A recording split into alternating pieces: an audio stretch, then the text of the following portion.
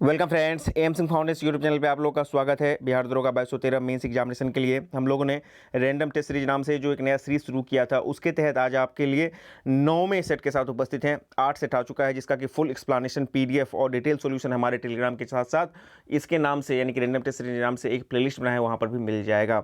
आज के सेट के बारे में कुछ महत्वपूर्ण जानकारी आप लोग जान लीजिए। आज के सेट में 809 स्टूडेंट शामिल हुए थे, जिसमें कि हाईएस्ट स्कोर गया था आपको 87.9 हाईएस्ट स्कोर गया था। और अन्य का क्या स्कोर है वो जान लीजिए कि 22 स्टूडेंट को आपको 80 से लेकर के 88 के बीच में नंबर आया था, 52 स्टूडेंट को आपको 75 से जो है 80 के बीच में नंबर आया था, और 200 स्टूडेंट को 70 से लेकर के 74.9 के बीच में नंबर आया था। तो इन सारी चीज़ों को ध्यान में रख करके आज के सेट का जो कट ऑफ रखा गया है, यू आर मेल, यदि आप यू आर मेल हैं 78 लाते हैं तो आपका स्कोर बहुत अच्छा माना जाएगा। यू आर फीमेल हैं आप, ठीक है, तो यदि आप 68 लाते हैं तब भी आपका स्कोर अच्छा माना जाएगा। और जो कैटेगरी वाले हैं वो आइदर बॉयज़ हो या गर्ल हो, यदि आपको 2-4 नंबर कम भी आता है तब भी आपकी तैयारी अच्छी मानी जाएगी। और यदि उससे ऊपर आता है यानी कि 78 और 68 से ऊपर आता है तो आपकी तैयारी बहुत अच्छी मानी जाएगी। तो चलिए बिना वक्त का वीडियो को शुरू करते हैं। अंत में जरूर बताएगा कि आज के सेट में आपने कितना स्कोर किया था। आज के सेट का प्रथम प्रश्न बोल रहा है कि सिंधु घाटी सभ्यता जिन नदियों के तट पर बसी थी हुए हैं। आपको पता है कि सिंधु घाटी सभ्यता आपको सिंधु, झेलम और चिनाब पे होगा, लेकिन गंगा पे नहीं होगा। तो इस आधार पे का जो सही उत्तर हो जाएगा ऑप्शन बी हो जाएगा, 1, 2 और 3। ठीक है, अगला देख लेते हैं। जिस जैन सभा में अंतिम रूप से श्वेतांबर आगम का संपादन हुआ था वो कौन सा था। जो पाटलिपुत्र में जैन संगति हुआ था, वहाँ पे आपको अंतिम रूप से श्वेतांबर आगम का हुआ था प्रादुर्भाव। प्रथम महायुद्ध के दौरान यानी कि प्रथम विश्व युद्ध के दौरान जो है कहाँ पर भारत की एक अंतरिम सरकार बनी थी, जिसके प्रेसिडेंट राजा महेंद्र प्रताप थे। और ये अभी हाल ही में काफ़ी चर्चा इसलिए रहा है क्योंकि यूपी में जाकर के जो चुनाव था उससे पहले प्रधानमंत्री ने इसका उद्घाटन भी किया था। अफगानिस्तान में सरकार बनी थी और राजा महेंद्र प्रताप वहाँ के मंत्री थे, और इस सरकार को रूस और जर्मनी और जापान का भी सपोर्ट प्राप्त था। अगला देख लेते हैं। जलियांवाला बाग हत्याकांड के विरोध में वायसराय की कार्यकारिणी परिषद की सदस्यता से किसने इस्तीफा दे दिया था। बहुत फेमस है, आपको पता है कि जो शंकर नारायण थे इन्होंने ये काम किया था। भारत छोड़ो आंदोलन के संदर्भ में महात्मा गांधी को कहाँ बंदी बनाया गया था। एक्चुअली इनको महाराष्ट्र में बंदी बना दिया गया था, ठीक है ना। तो इसका जो सही उत्तर होगा, परफेक्ट उत्तर वो होगा मुंबई होगा, ऑप्शन ए इसका सही हो जाएगा। ठीक है, 1857 के विद्रोह के दौरान धार्मिक नेताओं के असंतोष का निम्न में से क्या कारण था। ईसाई धर्म प्रचारकों की बढ़ती गतिविधि, या भारतीय समाज व्यवस्था में सुधार का प्रयास, मंदिर मस्जिद में सम्मिलित माफी, या फिर सेना में ईसाई धर्म प्रचारकों की भांति मौलवी पंडितों का प्रवेश न मिलना। उस समय जो ईसाई धर्म के प्रचारक था ना, उनका काफ़ी गतिविधि हस्तक्षेप बढ़ गया था, इसीलिए जो धार्मिक नेता थे उनका जो है विरोध का कारण एक बना था। अगला देख लेते हैं हम लोग कि निम्नलिखित कथनों और उसके कारणों पर विचार हम लोग करना है कि ऋग्वैदिक काल में ग्रामीण सभ्यता थी। बिल्कुल सही बात है कि वहाँ पर ग्रामीण सभ्यता थी। अगला देख लेते हैं।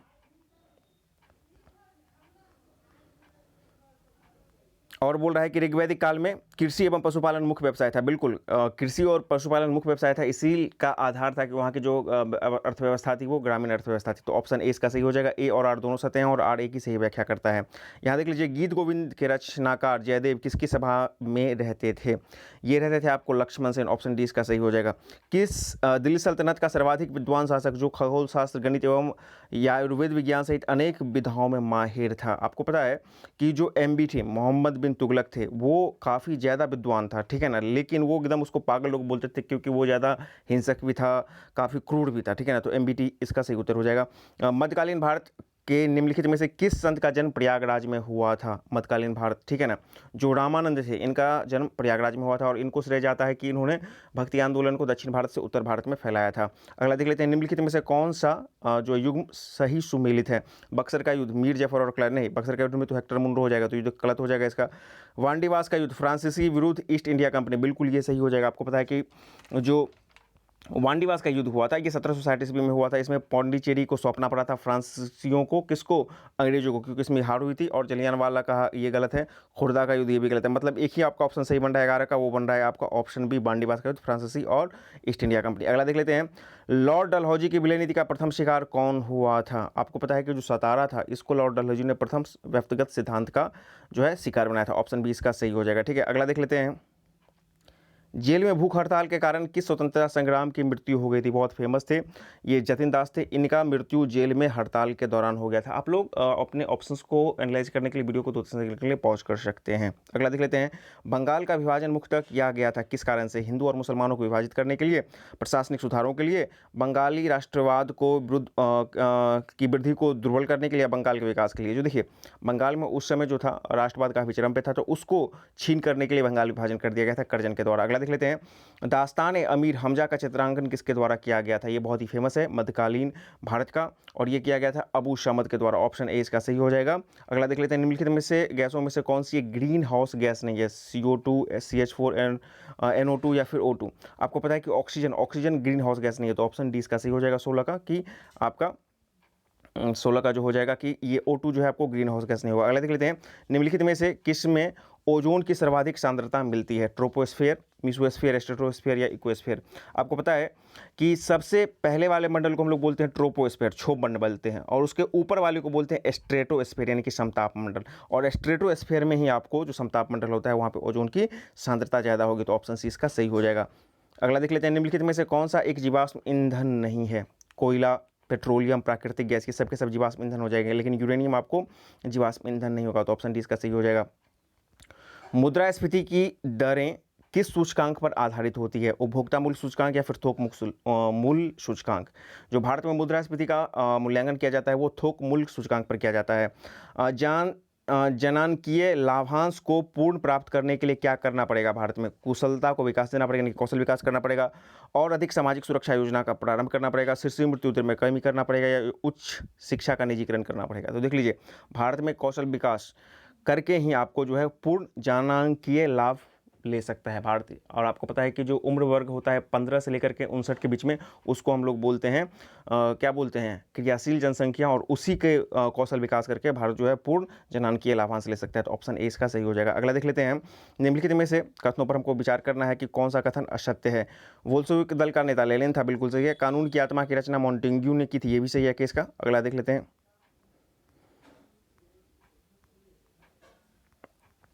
अगला ऑप्शन है हमारा कि म्यूनिख पैक्ट 1936 में हुआ था। नहीं, देखिए, म्यूनिख का जो संधि हुआ था वो 1938 में हुआ था। ये स्टेटमेंट हमारा गलत हो जाएगा, गलत स्टेटमेंट को चूज करना था। और एक राष्ट्र एक नेता का नारा हिटलर ने दिया था, ये भी सही हो जाएगा। तो म्यूनिख का जो संधि हुआ था वो 30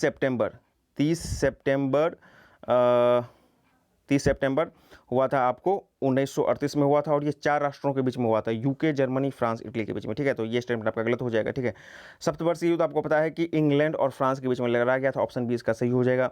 निम्नलिखित कथनों पर हमको विचार करना है कि भारतीय संघ की कार्यपालिका शक्ति जो है प्रधानमंत्री में निहित होती है। नहीं, ये गलत है। ये जो कार्यपालिका शक्ति होती है वो राष्ट्रपति में निहित होती है, और प्रधानमंत्री सिविल सर्विस बोर्ड के पदेन अध्यक्ष होते हैं। नहीं, ये भी गलत है।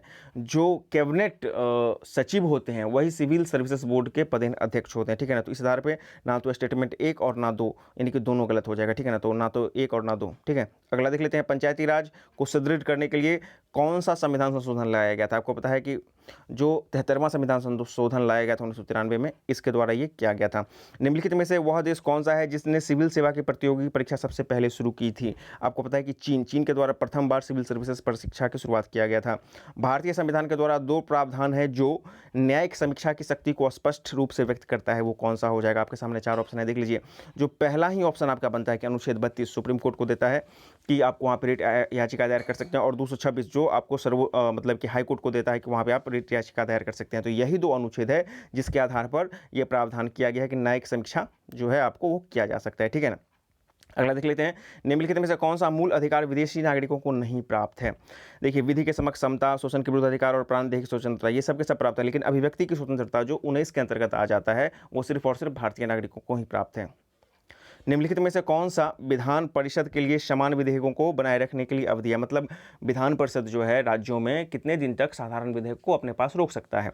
तो ये 4 महीनों के लिए रोक सकता है। और पिछली बार जो 2446 में इसमें पूछा गया था कि राज्यसभा कितने दिन तक रोक सकता है, तो राज्यसभा आपको 6 महीने तक रोक सकता है। ठीक है ना, और आपको धन विधेयक चाहे वो विधान परिषद की बात हो या फिर आपको राज्यसभा की बात हो, 14 दिन तक ही रोक सकता है। ठीक है, अगला देख लेते हैं, राज्यपाल के पद के कर्तव्यों का निर्वहन कौन करता है यदि वह राज्यपाल की मृत्यु या त्याग पत्र के कारण रिक्त हो गया हो? जब इस कंडीशन में आता है तो उस राज्य का उच्च न्यायालय के मुख्य न्यायाधीश उनके पद का निर्वहन करते हैं। अगला देख लेते हैं, निम्न में से किन राज्यों में यह संवैधानिक बाध्यता है कि वहाँ जनजातीय कल्याण मंत्री होना चाहिए? असम, नागालैंड, मणिपुर, हिमाचल प्रदेश, हरियाणा, राजस्थान, मध्य प्रदेश, ओडिशा, छत्तीसगढ़ या झारखंड एवं मणिपुर, त्रिपुरा एवं मेघालय। तो मध्य प्रदेश, ओडिशा, छत्तीसगढ़ एवं झारखंड में यह प्रावधान किया गया है कि वहाँ पर एक जनजाति कल्याण मंत्री होना आवश्यक है। निम्न में से किसने पहली बार संविधान सभा की मांग की थी? बाल गंगाधर तिलक, महात्मा गांधी, एम.एन. राय या फिर इनके द्वारा? बाल गंगाधर तिलक ने ही पहली बार संविधान सभा की मांग की थी। ऑप्शन इसका सही हो जाएगा। किस मामले में सर्वोच्च न्यायालय ने विशेष रूप से राय दी कि प्रस्तावना संविधान का हिस्सा नहीं है? बेरोबारी का जो यूनियन केस 1960 या फिर केशवानंद भारती केस 1973। देखिए, बेरोबारी में ये कहा था सर्वोच्च न्यायालय ने कि प्रस्तावना संविधान का अंग नहीं है। वहीं पर 1973 में इसकी पुष्टि कर दी कि मूल ढांचे की अभिव्यक्ति करते हुए उन्होंने कहा कि प्रस्तावना संविधान का अंग है।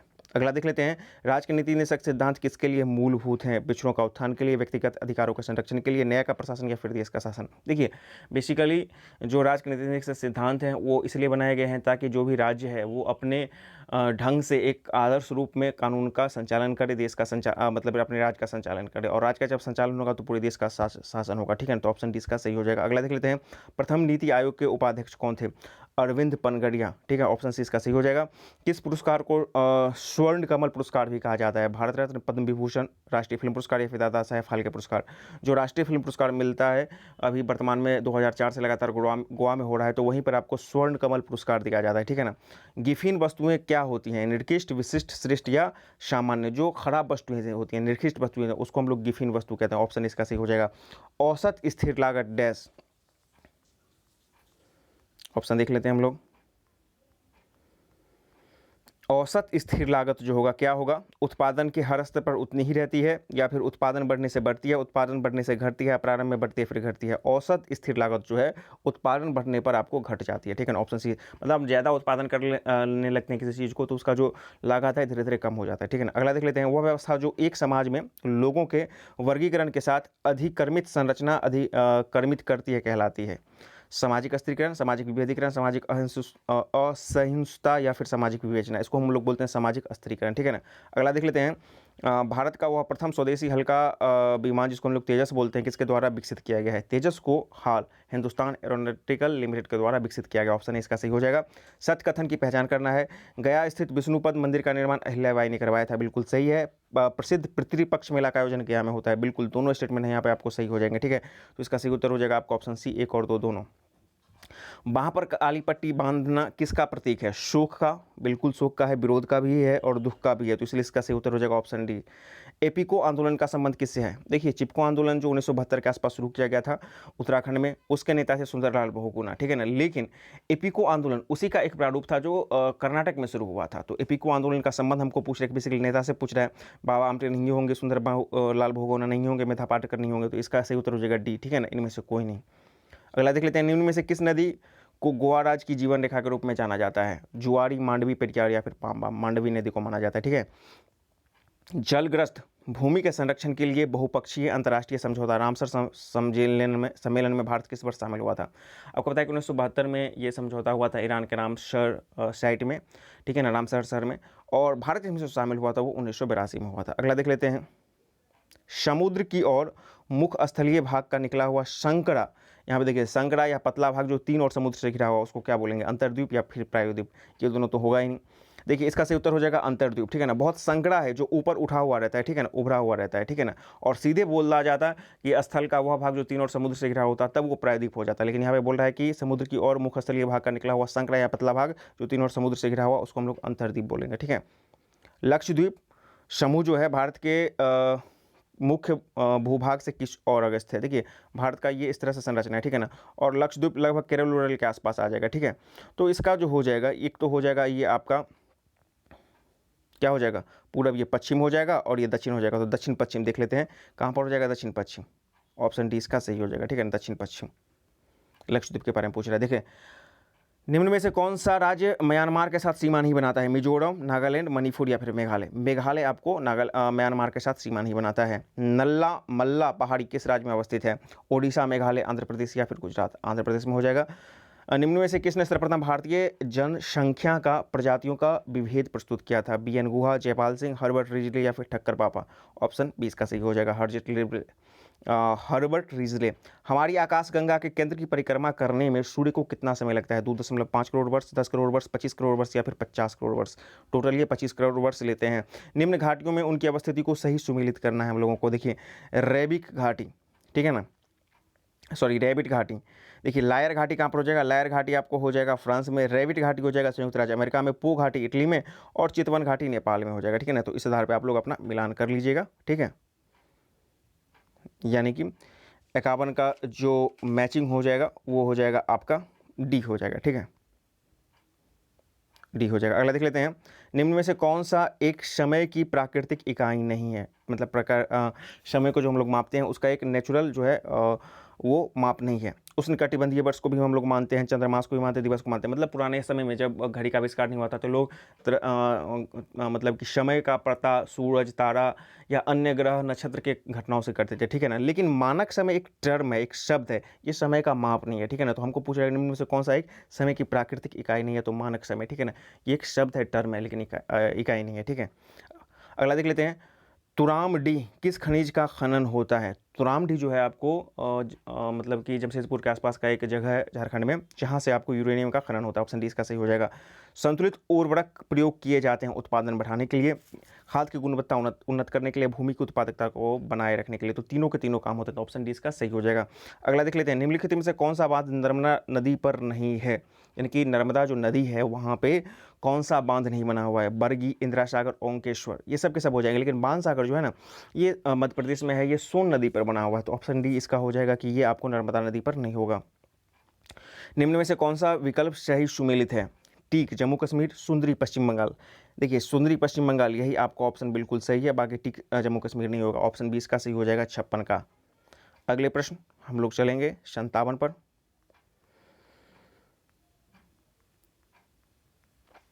बोल रहा है कि भारत की सर्वोच्च पर्वत चोटी कौन सी है? आपको पता है कि जो K2 है वो भारत की सर्वोच्च पर्वत चोटी है। लीबिया देश की राजधानी में से क्या है? आपको पता है कि नॉर्मली लीबिया की जो हम राजधानी पढ़ते हैं तो त्रिपोली पढ़ते हैं, लेकिन त्रिपोली यहाँ पे कहीं पर भी आपको ऑप्शन में है नहीं, ठीक है ना। तो इसलिए इसका एक लीबिया का एक और शहर है हून, तो इसका सही उत्तर आपको हून के लिए मार सकते हैं, ठीक है ना। अब देख लीजिए, आप पूछेगा कि बमाको, बमाको कहाँ की राजधानी है? तो बमाको हो जाएगी आपको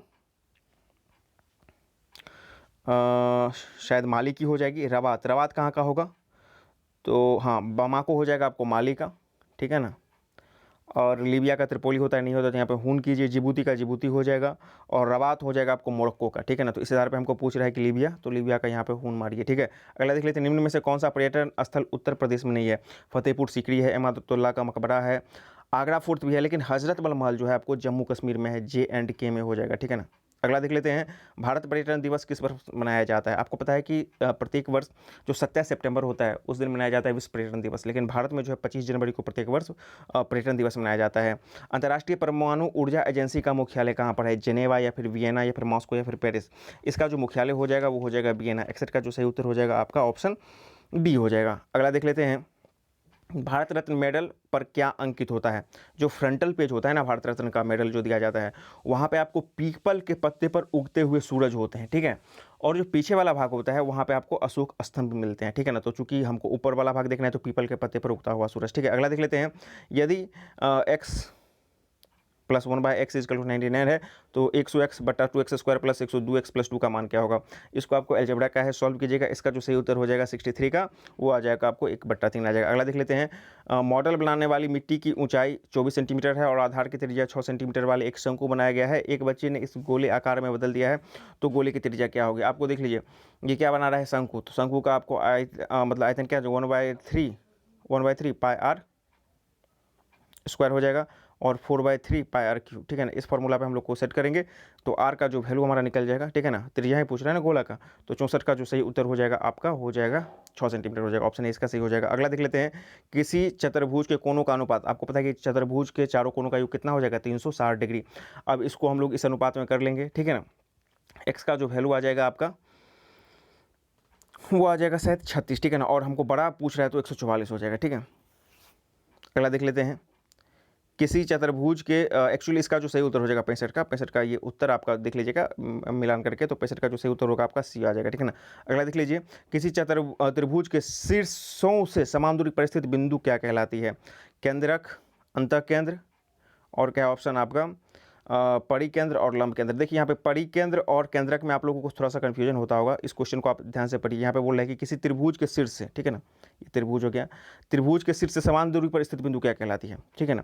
तो आप याद रखिएगा, ये समान दूरी पर जो होता है ना, ये किसी त्रिभुज के जो भुजा के समद्विभाजक बिंदु होता है, ठीक है ना, उसको हम लोग बोलते हैं परिकेंद्र बोलते हैं। और परिकेंद्र की विशेषता क्या होती है कि परिकेंद्र जो होता है वो शीर्ष से, प्रत्येक शीर्ष से समान दूरी पर अवस्थित है, ठीक है ना।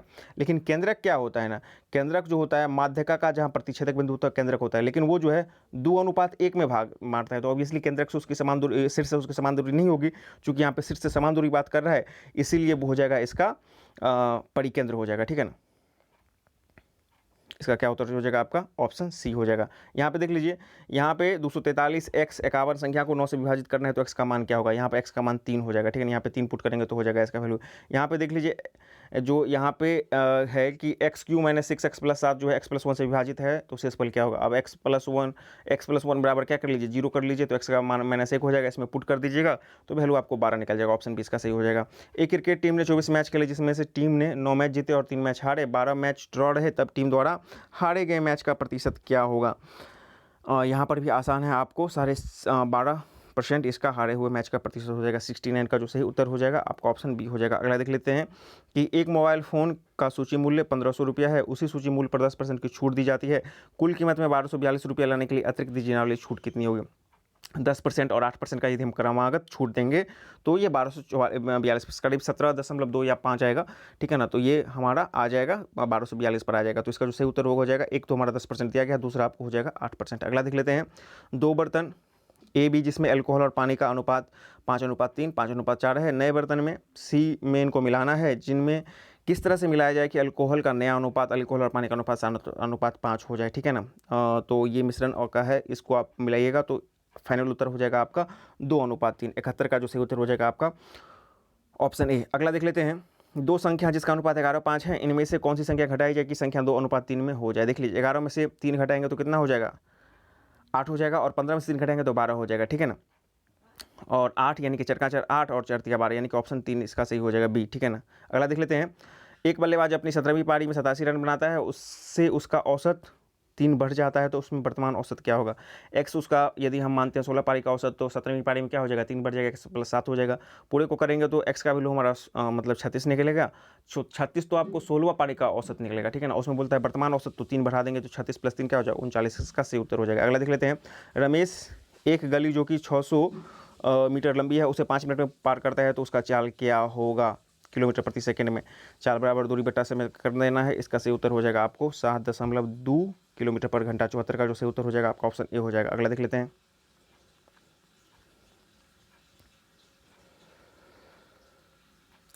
75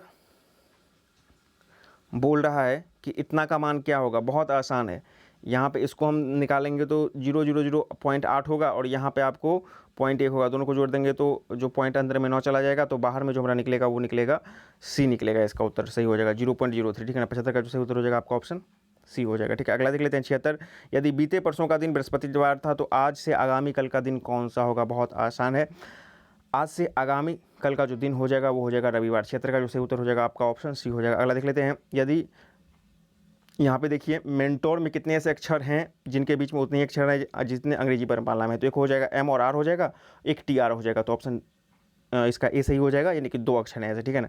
यहाँ पे देख लीजिए, एक क्रम को पूरा करना है 78 में, तो अगला क्रम इसका क्या होगा, 78 का जो सही उत्तर हो जाएगा आपका ऑप्शन बी हो जाएगा। अगला देखते हैं, विषम को चूज करना है। यहाँ पे देख लीजिए, सेब पपीता केला ये सब के सब फल हो जाएंगे, लेकिन आलू सब्जी में हो जाएगा, तो विषम हमारा आलू हो जाएगा। केशव ने अपने बेटे की फोटो की ओर संकेत करते हुए कमला से कहा कि इसकी माँ तुम्हारी माँ की पुत्री है। केशव कमला से किस प्रकार संबंधित होता है। देख लीजिए, यदि इसकी माँ तुम्हारी माँ की इकलौती पुत्री होती तो कमला जो है क्या हो जाता, केशव का पत्नी हो जाता, लेकिन यहाँ पे चूंकि इकलौती पुत्री नहीं है इसलिए केशव की वो क्या हो जाएगी, कमला शाली हो जाएगी, तो ऑप्शन सी इसका सही हो जाएगा। अगला देख लेते हैं, 80 का सही उत्तर हो जाएगा आपका ऑप्शन सी हो जाएगा, ठीक है ना। अगला प्रश्न देख लेते हैं, 81 निम्न में से कौन सा शब्द तीसरे स्थान पर आएगा यदि उसे वर्णमाला के अकॉर्डिंग व्यवस्थित किया जाएगा, तो 81 का जो सही उत्तर हो जाएगा आपका ऑप्शन ए हो जाएगा। अगला देख लेते हैं, यदि स्ट्रॉन्ग को ROTSNG लिखा जाता है, तो नागपुर को क्या लिखा जाएगा? सेम पैटर्न को यदि आप फॉलो कीजिएगा तो इसका उत्तर हो जाएगा आपको ऑप्शन ए, ठीक है ना। अमाशय की पेशीय दीवार की संकुचन द्वारा भोजन अम्लीय जठर रस से पूरी तरह से मिल जाता है, इसे क्या कहते हैं? एस्टरेज, म्यूकस, विल या फिर कायम। ऑप्शन बी इसका सही हो जाएगा कायम। अगला देख लेते हैं, प्रति 100 मिलीलीटर विऑक्सीनिजित रक्त द्वारा कूपिका में लगभग कितना CO2 की मात्रा को मुक्त करता है, ठीक है ना। प्रति 100 मिलीलीटर विऑक्सीनिजित रक्त द्वारा कूपिका में लगभग कितना CO2 की मात्रा मुक्त किया जाता है? 5 ml, 3 ml, 4 ml या 6 ml? प्रत्येक जो है 4 ml लगभग मुक्त किया जाता है। निम्न में से कौन सा ब्लड ग्रुप यूनिवर्सल दाता और ग्राही है, मतलब यूनिवर्सल डोनर और एक्सेप्टर है? तो यूनिवर्सल डोनर आपको पता है कि O हो जाएगा और एक्सेप्टर क्या हो जाएगा? AB हो जाएगा, तो ऑप्शन बी इसका सही हो जाएगा। स्तनधारी कई स्थलीय, उभयचर और समुद्री मछलियां मुख्यतः यूरिया का उत्सर्जन करते हैं, ये क्या कहलाते हैं? आपके सामने 4 ऑप्शंस हैं, ये कहलाते हैं आपको यूरेयोलेटिक, ठीक है ना। ऑप्शन ए इसका सही हो जाएगा। तंत्रिका आवेगों का एक न्यूरॉन से दूसरे न्यूरॉन तक संचरण किसके द्वारा होता है? डेंड्रॉइड के द्वारा, तंत्रिका कक्ष के द्वारा, रेविनियर के नोड के द्वारा या फिर सिनेप्स के द्वारा? ऑप्शन डी इसका सही हो जाएगा। अगला देख लेते हैं, धातुओं और उसके अयस्कों के संदर्भ में कौन सा युग्म गलत है? कॉपर, एजुराइट बिल्कुल सही है। जिंक, ग्रेकोनाइट, देखिए ग्रेकोनाइट जो हो जाएगा ना वो केडियम का हो जाएगा, तो आपका ये ऑप्शन गलत है, ऑप्शन बी इसका गलत हो जाएगा, ठीक है। बाकी आपके सब एल्युमिनियम का आपको डैशपोर्ड और मैग्नीशियम का आपको एस्पोमाइट, ये सब के सब सही है, लेकिन आपका जो ऑप्शन बी है जिंक ग्रेनोकाइट, ये आपका गलत हो जाएगा। ग्रेनोकाइट जो हो जाएगा केडियम का हो जाएगा। अगला देख लेते हैं, जब धातुएं तनु अम्ल से अभिक्रिया करती हैं तब कौन सी गैस निकलती है? कोई भी धातु जब अम्ल से अभिक्रिया करेगी तो आपको हाइड्रोजन गैस निकलेगा, ऑप्शन बी इसका सही हो जाएगा। एकमात्र धातु का नाम बताना है जो जीवाणुरोधी होता है। नॉर्मली हम लोग देखते हैं कि अपने घरों में भी कॉपर के बर्तन में पानी पीते हैं, रात को रखते हैं, सुबह को या फिर रखते हैं, तो कॉपर जो है ना ये जीवाणुरोधी है, ऑप्शन बी इसका सही हो जाएगा। निम्न में से कौन सा असंतृप्त कार्बनिक यौगिक नहीं है, ठीक है ना? जो ब्यूटेन है ये संतृप्त कार्बनिक यौगिक है, तो ऑप्शन सी इसका सही हो जाएगा। अगला देख लेते हैं, निम्न में से किसे ने अष्टक का सिद्धांत दिया था? लेवोजियर, मेडलीफ, न्यूजीलैंड या फिर डेवनियर?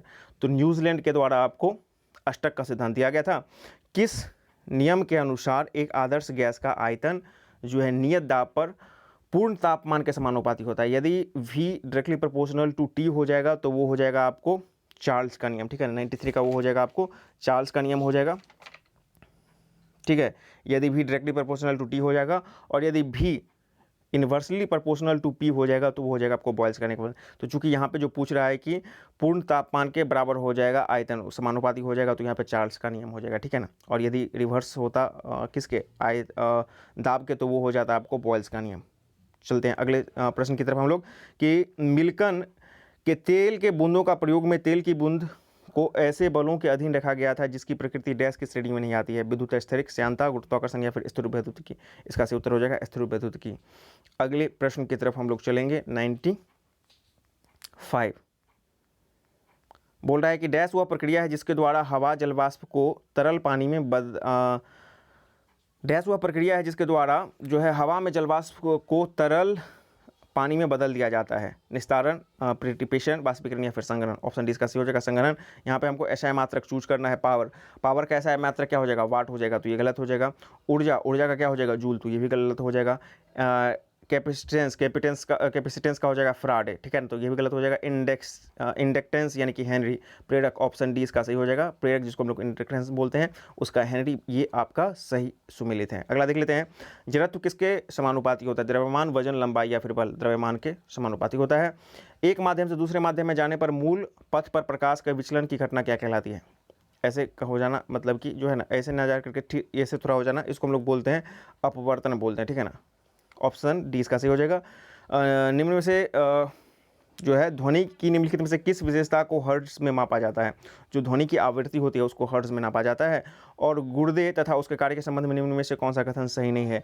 ये जल संतुलन को बनाए रखता है तथा अपापचायी विशिष्ट को बाहर करता है, सही है। सरीसृपों में पक्षियों की तुलना में अधिक नेफ्रॉन होते हैं, ये आपका गलत हो जाएगा, ठीक है ना। और नेफ्रॉन के 2 भाग होते हैं, ग्लोमेरुल्स और विक्रनलिका, ये भी सही हो जाएगा। और उसकी बुनियादी क्रियात्मक इकाई नेफ्रॉन कहलाती है, तो डी भी सही हो जाएगा। लेकिन आपका जो हमको गलत चूज करना है तो ऑप्शन बी हो जाएगा, सरीसृपों में पक्षियों की तुलना में अधिक नेफ्रॉन होते हैं, ये आपका गलत हो जाएगा। इस आधार पर आपने 100 प्रश्नों का एक और बेहतरीन सेट देखा। आज के सेट में आपको कितना स्कोर आ रहा है वो भी कमेंट बॉक्स में लिखें। यदि किसी प्रश्न को उत्तर पे डाउट है तो वो भी कमेंट बॉक्स में लिखें। चैनल पर तो चैनल को सब्सक्राइब करें, वीडियो को अधिक से अधिक लाइक शेयर करें और हमारे साथ बने रहें इस तरह के और भी बेहतरीन वीडियो पाने के लिए।